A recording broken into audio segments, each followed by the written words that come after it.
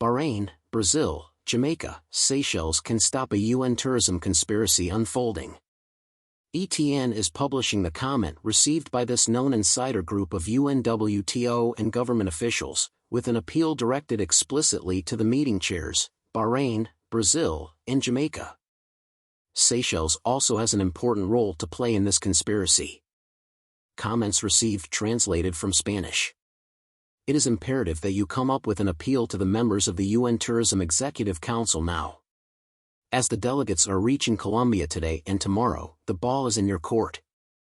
With Colombia just a few hours away, exposing Zurab's manipulations is critical.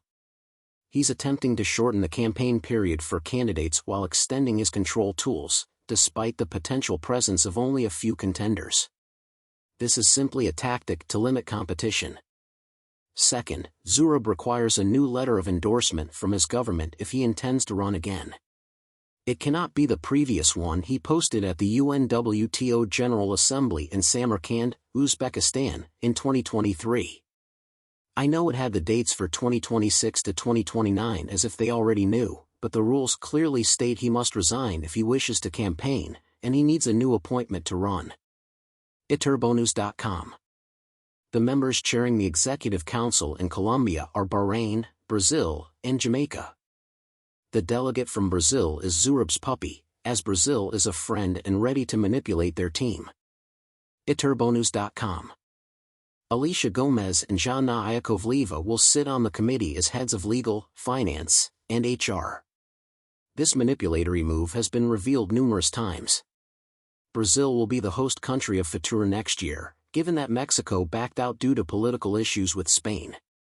Once again, Zurab made this move. Many countries also present at the WTM ministerial meeting clearly said that it is time to stop this senseless third-term ambition and move on with a serious candidate. Even Zurab's closest supporters are likely to distance themselves and are unwilling to be complicit. It's concerning that the UN system has not yet intervened. Should this absurdity persist, the General Assembly in Saudi Arabia will likely end it, just as it did in Samarkand. He is trying his best. With some businessmen from Georgia and friendly countries, including the powerful real estate tycoon of the Maldives, and their interest in football, for example, the Dominican Republic has decided to open a permanent representative office for UN tourism in Madrid. The inauguration was attended by the 68-year-old Director of Americas, former Minister of Argentina Gustavo Santos, and Region Africa Director Elsa Grandcourt, a loyal soldier for Zurab from Seychelles.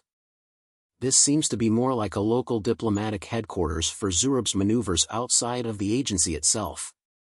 Let us remind ourselves that Zurab started his campaign a year and a half ago and has since traveled the world, promising a lot to many countries, especially Africa, only to have votes in return. His campaign is all done using member states' funding. And we are sure none of the promises made will be kept, as all he cares about is eliminating rules and democracy and ruling the agency forever as his own company. We cannot allow the smallest UN agency, with a limited budget and reach, to flout ethical standards and undermine UN principles. This is particularly critical as UN funding faces scrutiny. With its ties to the private sector, UN tourism must champion transparency and merit-based leadership. We urge member states, especially in Africa and the Americas, to recognize the need to end this insanity and the necessity of requiring a Secretary General who is passionate about tourism and advocates for all. It does not matter what region he or she is in. It's time for clarity, transparency, and change. We call on member states to support rule changes in Colombia that foster fairness for all candidates. We hope you will amplify this call and that candidates will back this effort to ensure a fair process.